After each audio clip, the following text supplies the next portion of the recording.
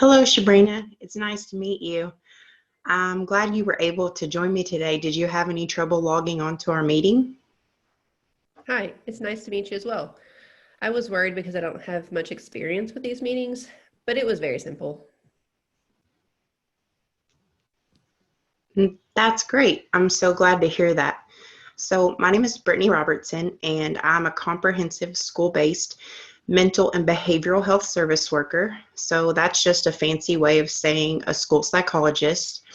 My job is to assess some of the concerns that your teachers have and talk with you about some of the things that you are currently going through. The goal of meeting with me is to make sure that you are happy, safe, and promote a better learning environment for you so that you can be successful in school.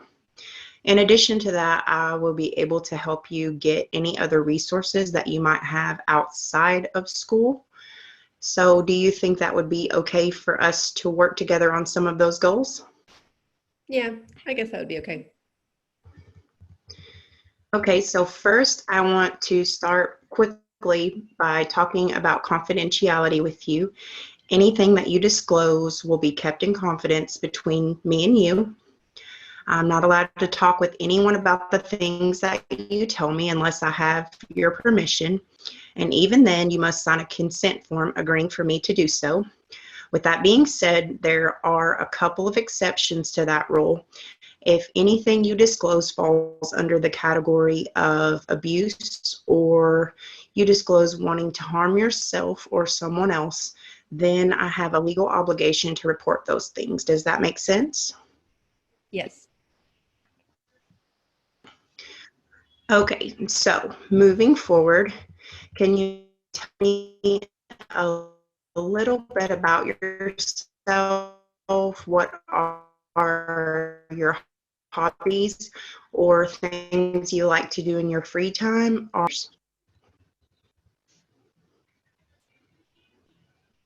I'm 16. I pretty much say to myself all the time. I have one friend that I feel close to. We hang out occasionally. I think we get along because we both like art and reading. I like to read and draw. It helps me to focus on something and escape a little from everything.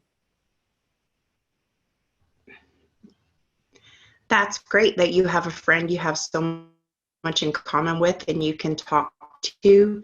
And then reading can be so fun too because when you really get into a good book, you can almost picture it in your head. You said you can get an escape from the world for just a little while. Yeah, that's what I like about it.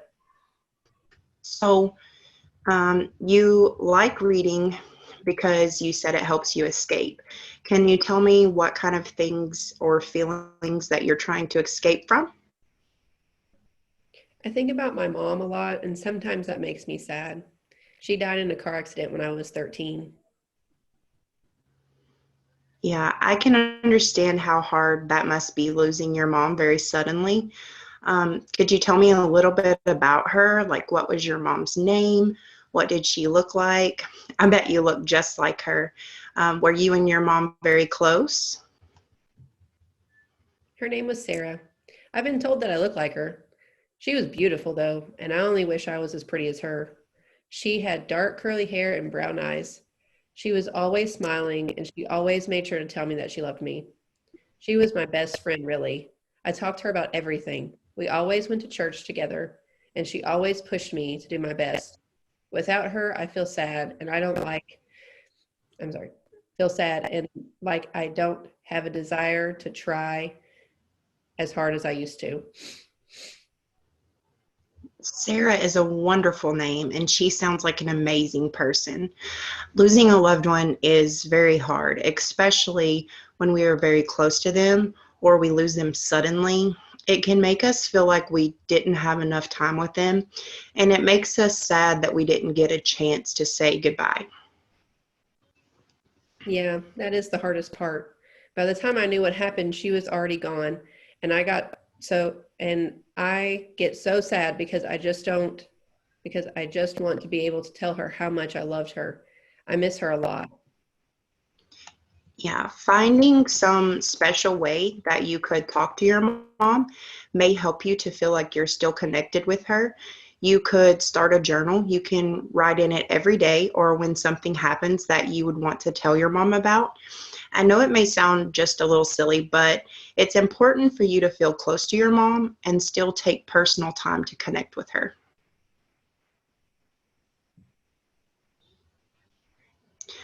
So I know you talk to your friends some. Do you ever talk to your dad or anyone else about how you're feeling? Not really. My dad doesn't like to talk about what happened a lot. He thinks that everything will just get better over time. But it's been 3 years and it's not really getting better. I want to talk to him about it, and I am afraid because I know he doesn't want to. And he is always so busy working to take care of me and my brother. Your dad may feel uncomfortable talking about your mom because he doesn't really know what to say. He may think that if he says the wrong thing, then you will be sad or upset. Your dad could be thinking that not talking about it will prevent bringing up those feelings that maybe you don't want to bring up or feel anymore. Each person grieves differently as well, so it could be very difficult for him to bring up those feelings even for himself. If you're comfortable with it, I could reach out to your dad and we could set up a family session. And this would allow you to talk to your dad in a private environment, and I could be here for support for you. Okay, that sounds fine. I guess that'd be okay. Okay, can you tell me about your brother? How old is he? What is his name? His name is Jacob. He's 14 and a freshman. Are you very close with Jacob? Because he would be a good person for you to talk to. He's probably having very similar feelings as you, and he will understand where you're coming from and may be able to tell you how he manages his grief. I guess I've been distant from Jacob since the accident. We have our normal everyday talk, but I've never went beyond that. I will try to have a more personal conversation with him though. So you mentioned that you feel sad. How often do you feel sad? Would you say that it's every day or maybe more like once a week? I would say that I feel sad every day. Okay, when you feel sad, how long does it last? Are you sad only when you think specifically about your mom, or could that sadness last all day? I mean, there are things that remind me of my mom that make me sad, or maybe sadder. Things just happen throughout my day that I want to tell my mom about, and it makes me sad. I feel like I'm constantly wishing she was here, and that if I moved on and be happy, that I will forget her, or that it's not right for me to be happy without her. You may not believe me, but it's normal to feel guilty. But your mother loved seeing you happy while she was here, and she loves seeing you happy now. So, what do you think of starting a grief group here at school? This would give you a chance to get to know some of your peers, and not only would they be able to help you, but you may end up helping someone else in the meantime. How would that work? I don't want to be a leader or anything. No, I would be the leader of the group, and I would set up meeting times either before, during, or after school, and it would give you the chance to bond and help one another through the hard times in your lives. Okay, that sounds okay, I guess. So, how is your sadness impacting your performance in school, your or other activities? Are you missing school often? Have you been able to keep up your grades, and do you still hang out with your friends often? Recently, I don't care about school or seeing my friends often. My grades have gone down, but I'm just so sad that I really don't care. Um, what's the point of keeping up with my grades and coming to school? Well, while you and I both know that the future is your point, let's look at how we can help you to manage those feelings, especially while you're here at school. You definitely need a safe place to go when you are feeling sad or overwhelmed to be able to decompress and relax, to help you feel like you can get like a calm feeling back. So let's say that my office will be your safe place. This does not mean when you come we have to talk. It just means that I will set up a special area with maybe a beanbag or some soft music and just a place that you can turn the lights out and just relax for 5 or 10 minutes. You could bring your journal and even write to your mom while you're there. Sometimes I feel overwhelmed trying to be normal while I'm around everyone else. I think this would help me feel comfortable coming to school and for me to not feel like I'm trapped here. Yeah, that's wonderful. So, our time is unfortunately coming to an end. So, I just want to go over what we talked about during our session. Okay.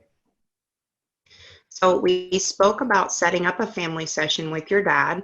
We also spoke about you looking into ways that help you feel like you are connecting with your mother, reaching out to your brother and letting him be a person you can openly talk to. We talked about starting a grief group here at school that will allow you to meet other students who are going through similar situations as you. And lastly, we spoke about you having my office as a safe place while you were here at school for any time you need to get away and re energize yourself. Does that all still sound okay? Yeah, that all still sounds good. Okay, great. So I will see you next week for our session. And in the meantime, I will work on getting all of these things together for you. Okay. Thanks. Bye. Have a good day. Bye.